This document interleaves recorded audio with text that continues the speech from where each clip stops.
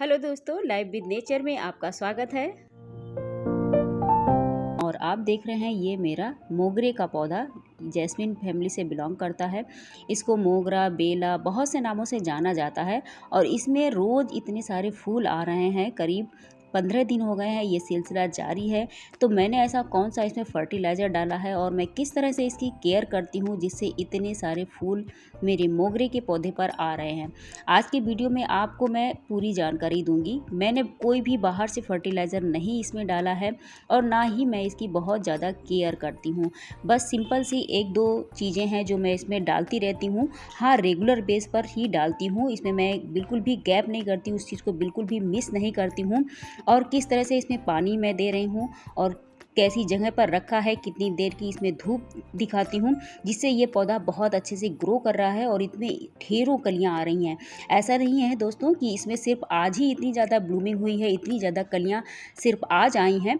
ये सिलसिला जारी है करीब 10 दिन से लगातार। आप देख रहे होंगे जो कल फूल खिले हुए थे उनकी अभी जो पीछे की डंडी होती है वो अभी इसमें लगी हुई है, बहुत सारे फूलों की बची हुई। तो आप अंदाज़ा लगा सकते हैं कि इसमें कल भी बहुत अच्छे से फूल खिले थे और काफ़ी इसमें छोटी छोटी सी कलियां हैं तो जो नेक्स्ट डे खिलने वाली हैं। तो चलिए दोस्तों, आज मैं आपको बताती हूँ कि बहुत सिंपल तरीके से बिना किसी खर्च के कोई भी बाहर का फर्टिलाइज़र आपको नहीं डालना है। पिछले साल मेरे भी मोगरे में बहुत ज़्यादा फूल नहीं आए थे, लेकिन इस बार मैंने सिर्फ अपने एक्सपीरियंस से ही इसमें फर्टिलाइज़र डाला और उसकी केयर की, तो उसका नतीजा आप लोगों के सामने है। कितने ज़्यादा फूल इसमें लगातार आ रहे हैं क्योंकि ये गर्मी वाला पौधा है। गर्मियों में इसमें बहुत अच्छे से ग्रोथ होती है, इसमें फूल आते हैं। तो इसकी कुछ टिप्स हैं जो जिनका आप फॉलो करेंगे तो आपके भी मोगरे के पौधे में ऐसे ही ढेरों फूल आएंगे। तो दोस्तों, सबसे पहली टिप्स क्या है कि जितनी भी पत्तियां इसकी बड़ी हैं, जो भी काफ़ी पुरानी पत्तियां हो चुकी हैं, 10-15 दिन से इस पौधे में लगी हैं, उन सबको रिमूव कर देना है। बहुत ज़्यादा ज़रूरी काम है क्योंकि ये जो पत्तियां होती हैं ये कीड़ों के अटैक को बढ़ाती हैं, प्लस इसका जो मिट्टी का न्यूट्रिशन होता है उसको भी बहुत ज़्यादा खींचती हैं जिससे पौधे में अच्छी ग्रोथ नहीं होती है, ज़्यादा कलियां नहीं खिलती हैं। दोस्तों, आप देख रहे होंगे मेरे इस प्लांट में सारी न्यू लीव्स हैं, छोटी छोटी सी पत्तियां हैं। क्योंकि मैं पुरानी जो पत्तियां हैं 10-15 दिन की उनको बिल्कुल रिमूव करती रहती हूँ। सबसे पहला काम मैं यही करती हूँ। जितनी भी ओल्ड पत्तियां होती हैं, थोड़ी सी डार्क कलर की पत्तियां होती हैं, उनको तुरंत हटाती हूँ क्योंकि ये जो पुरानी पत्तियाँ हैं इनमें बहुत जल्द फंगस का अटैक होता है। कीड़े इन्हीं पत्तियों में लगते हैं। लास्ट ईयर जब मेरा ये पौधा था इसमें बहुत कम फ्लावरिंग हुई थी और जो पत्तियाँ थी मैं इनको कट नहीं करती थी तो सारे पौधे में बहुत छोटी छोटी सी फंगस काले रंग की लग गई थी और सारे कीड़े लग गए थे जिससे इसकी ग्रोथ नहीं हो पाई थी। इस बार मैंने सोचा कि मैं इन पत्तियों को बिल्कुल भी नहीं रहने दूंगी, जो भी बड़ी पत्तियां हो रही हैं। तो स्टार्टिंग में जैसे ही फरवरी में इस पर अच्छे से तेज़ी से ग्रोथ होनी शुरू हुई और पत्तियां बड़ी होने लगी, मैं तुरंत इनको कट करती जाती थी। उसका नतीजा दोस्तों मैंने ये देखा कि जैसे ही मैं उन पत्तियों को रिमूव करती थी उस पत्ती की जगह 2-3 नए सूट्स निकल आते थे और जैसे वो सूट्स बड़े होते थे उनमें कलियां बनने लगी। तो मुझे खुद अपने एक्सपीरियंस से ही इस बात को समझा मैंने कि इन पत्तियों को हटाना कितना ज़्यादा ज़रूरी है अगर पौधे पे आप अच्छी ग्रोथ चाहते हैं, बहुत ज़्यादा पौधे फूल चाहते हैं। देखिए, मिट्टी में पौधा लगा होता है तो उसकी बात अलग है, लेकिन छोटे पॉट में लगा होता है तो उसको टाइम टू टाइम केयर चाहिए होती है। तो बस दोस्तों, यही मैंने किया और जो फूलों की नीचे की डंडियाँ होती हैं, जो फूल खिल चुके होते हैं, उनको भी टाइम पे रिमूव करते रहना चाहिए। इसमें कोई भी डेड चीज़ नहीं होनी चाहिए, पौधा बहुत हेल्दी रहेगा।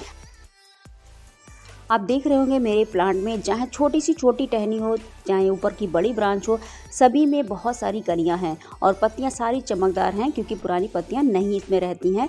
तो दोस्तों, अब मैं आपको बता रही हूँ कि मैंने इसमें कौन सा फर्टिलाइज़र ऐसे डाला है जिससे इतनी अच्छी ग्रोथ हो रही है। फरवरी में मैंने इसमें सबसे पहले डाला था काऊ डंग, वो भी सिर्फ 1 मुट्ठी क्योंकि मेरे पास ज़्यादा नहीं था, मुझे सारे प्लांट्स में डालना था। और अब मैं डाल रही हूँ जो हर 15 दिन में, वो है दोस्तों ये एक कॉफ़ी का नेस्कैफ़े का छोटा पाउच 2 रुपए वाला। मैं बड़े चम्मच से नहीं डालती हूँ क्योंकि मेज़रमेंट में थोड़ी सी दिक्कत आती है कि मैंने किस में कितना डाला, एक साथ घोल कर सभी पौधों में कभी नहीं डालती हूँ। मैं सिर्फ ये छोटे छोटे पाउच ही सारे प्लांट्स में डालती हूँ तो मुझे पता रहता है कि मुझे कितनी क्वांटिटी में किस प्लांट में डालना है। तो इस मोगरे के प्लांट में मैं 1 पाउच देती हूँ, और जैसे बोगनविला है उसमें बहुत हैवी फ्लावरिंग होती है, बड़े बड़े फूल आते हैं, तो उसमें 2 पाउच डालती हूँ, और वो भी अपने पॉट के अकॉर्डिंग। तो इसमें 1 पाउच मैं दे रही हूँ हर 15 दिन में। तो सबसे पहले मैंने फरवरी में डाला था काऊ डंग लास्ट वीक में, उसके बाद मार्च और अप्रैल में मैं बराबर हर 15 दिन के बाद दे रही हूँ दोस्तों ये काफ़ी का एक छोटा वाला पैकेट। हर 15 दिन में ही डालती हूँ, अच्छे से गुड़ाई करके इसमें डाल देती हूँ। इसके बाद वीक में 2 बार मैं एक लिक्विड फर्टिलाइज़र और इसमें डाल रही हूँ डेली बेसिस पे।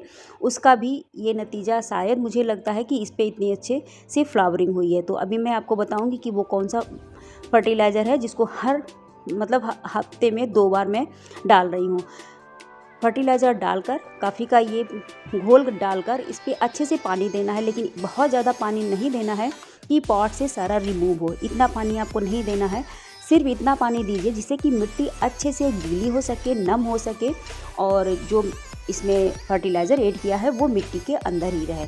दोस्तों अब नेक्स्ट फर्टिलाइज़र कौन सा है जो मैं हर तीसरे दिन या चौथे दिन डाल रही हूँ, तो ये है ऑनियन और गार्लिक के जो छिलके हैं इनका रस।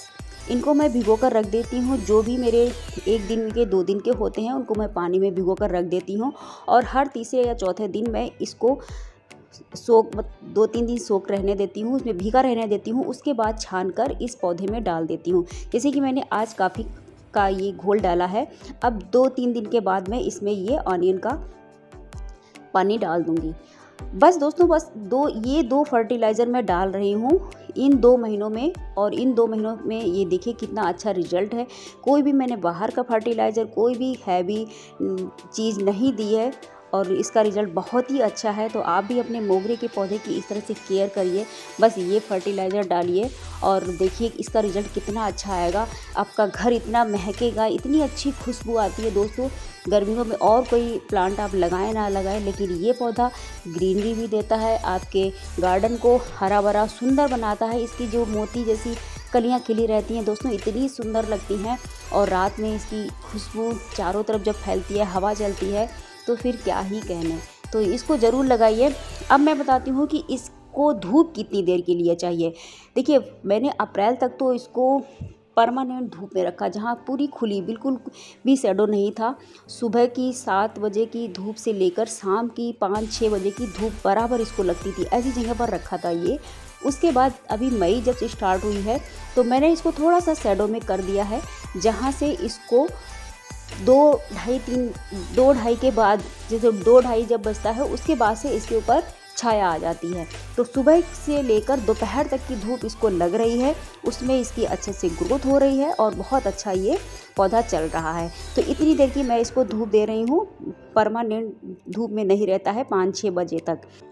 अब दोस्तों बात आती है इसकी वाटरिंग की, कि किस तरह से हमको कितना पानी देना है। इसकी मिट्टी हमेशा ड्राई रहे या थोड़ी सी हमेशा गीली रहे, नम रहे, तो किस तरह से रहे। दोस्तों इसकी मिट्टी गीली हमेशा परमानेंट नहीं रहनी चाहिए। इसको आप इतना पानी दें, सुबह पानी आप दे दीजिए कि मिट्टी अच्छे से तर हो जाए, पानी बाहर निकल जाए। उसके बाद 4 घंटे बाद, 5 घंटे बाद इसकी मिट्टी जो है वो ड्राई हो जाए। लेकिन जब भी आप इसको पानी दें, ऊपर से अच्छे से नहला के इसके ऊपर शावर करके दीजिएगा। इससे पत्तियाँ, प्लस मैं फिर बोल रही हूँ कि इसमें कीड़े नहीं लगेंगे, इनकी ग्रोथ बहुत अच्छे से होगी। और शाम को आपको बस इतना पानी देना है कि मिट्टी फिर इसकी गीली हो जाए, क्योंकि शाम से लेकर सुबह जब आप मॉर्निंग में पानी देंगे तो इसकी मिट्टी बहुत ज़्यादा ड्राई ना हो, क्योंकि दोपहर में ड्राई हो चुकी है। तो बस ये छोटी छोटी सी दोस्तों बातें हैं, अगर आप इन सब बातों का ध्यान रखेंगे और ओवर वाटरिंग नहीं करेंगे, ओवर सन इसको नहीं मिलेगा, ओवर धूप नहीं इसको मिलेगी, ना ओवर फर्टिलाइज़र आप देंगे, तो ये पौधा आपका इतना अच्छा होगा दोस्तों, मैं बता नहीं सकती हूँ। तो दोस्तों अगर आपको ये सारी जानकारी अच्छी लगी हो तो वीडियो को लाइक, मेरे चैनल को सब्सक्राइब और बेल आइकन को प्रेस करना बिल्कुल भी मत भूलिएगा। मैं किसी नेक्स्ट प्लांट के साथ नेक्स्ट वीडियो में मिलती हूँ, तब तक के लिए बाय बाय, जय माता दी, थैंक्स फॉर वॉचिंग।